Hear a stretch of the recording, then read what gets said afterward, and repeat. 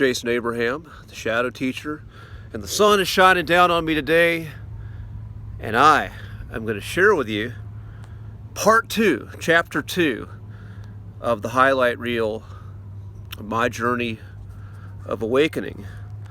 And in this chapter, I'm going to talk about the law of attraction. I am going to talk about the emergence of the false self and the shadow.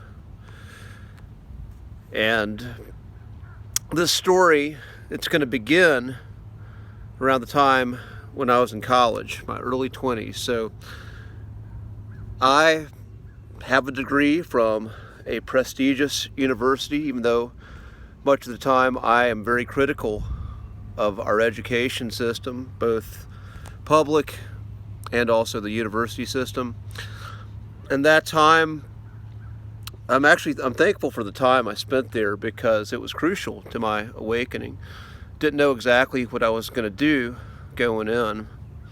I'm someone who, just at that time where I grew up and the time I was growing up, just most people, you either went to college or you went to trade school once you got out of high school. And with my particular gifts, college seemed to be the most logical path for me. I eventually ended up studying performing arts and psychology and communications, and learning concepts and skills, which I still use today. But when I came time to graduate, I did not really want to stay in school anymore. I didn't want to go on to grad school. I wanted to get out of that environment, and I did not want to go to the world of the Matrix either. So I looked at my dreams, and there are two big dreams I had. I either wanted to be a rock star or I wanted to be a professional wrestler.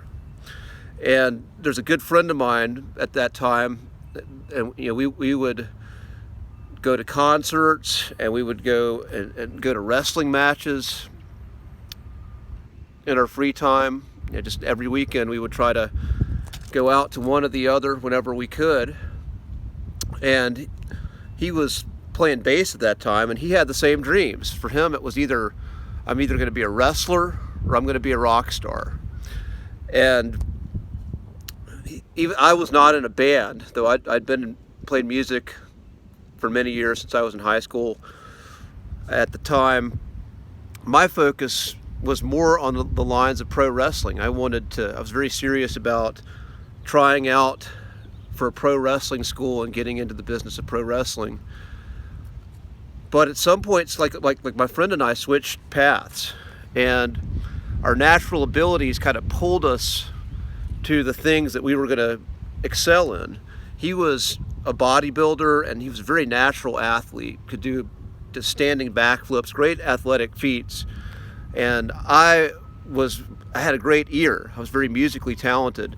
So I would say he was definitely the better athlete and also had a better build. We were about the same size, but he was just a little bit more muscular and more athletic. So what he had naturally lent itself more to pro wrestling, and what I had naturally lent myself to music.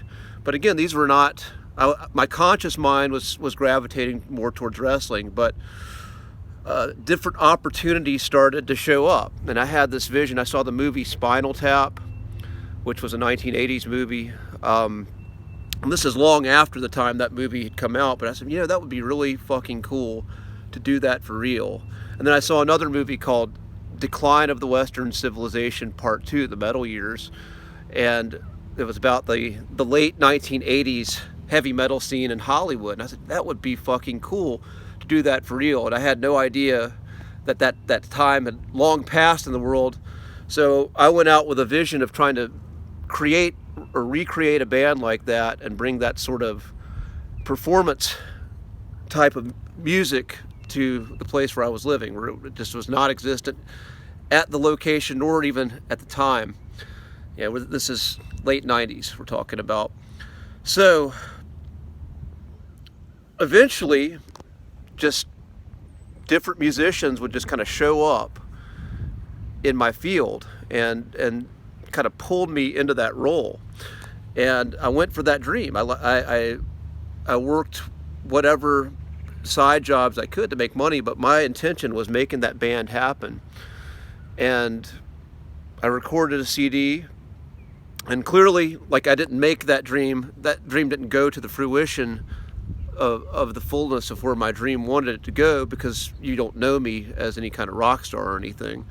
But I did. I put a CD out, a couple of CDs out that got international distribution, and they're floating around somewhere. And at some point, I felt called to move from Chapel Hill, North Carolina, to a bigger city. At that point, no one was left in my band. I was the only member left who was still going for it. And I had to start over, or I chose to start over with a very inexperienced band. But I had belief that this was my path and I could do this. And so a couple of guys were willing to just pack up everything they had and just take a risk, just plunge out into the unknown, or go on our hero's journey. No logical evidence that we're going to succeed. We're just going off of a belief and a feeling. And no, I'm the only one, again, who has any kind of performing experience on a stage, but yet we do this. We don't even have a drummer at this point. And so we take the plunge, and we move to Atlanta. Immediately, we just get these synchronicities. We find the exact place that we want to live, a place that we can develop our craft. We meet people in the music scene that give us some opportunities, and we find our drummer. And again, this version of the band, with the little experience collectively that this band has, logically it doesn't make sense that we're getting these opportunities. So we eventually get a house gig, a residency gig, and we gradually, we start building a name and a following, which, just for a reference, when someone is playing music, mostly when you're an unknown band, most of what you bring to a club is your friends. And if you pack up and you move to a new city, you do not have that luxury. You're really winning it off of your own merit, off of getting people to give a shit about you. And even though we were not the best musicians, we were sloppy, we were inexperienced and pretty rough, we landed a house gig, and we're just getting these opportunities that, if you looked on paper what we had and what we were creating, it didn't make any sense. So this is the law of attraction. Those of us who invested in this dream, we were all in on it, and the universe came at our service. It was conspiring with us to make this dream come true. But at some point, the fears and the doubts and the insecurities of our collective ego got the better of the situation, and our manifestation stopped. And and in this process too, Jason Abraham, what was at the root of that for me is I didn't really feel worthy of being a rock star. I believed that I was trying to fool myself. I was faking it till I made it. But eventually, the false self I was creating, I didn't believe in anymore. And I created a false self. Many entertainers, they changed their names. I created a very comic book, cartoonish name for myself at that time. But at that point, we started to create a shadow, because everything we were hiding below the surface, that started to come up. And the shadow, again, by attempting to fake ourselves out and fake the world out, we created this deep, dark shadow that we were not willing to face, and everything that was manifesting started to fall apart.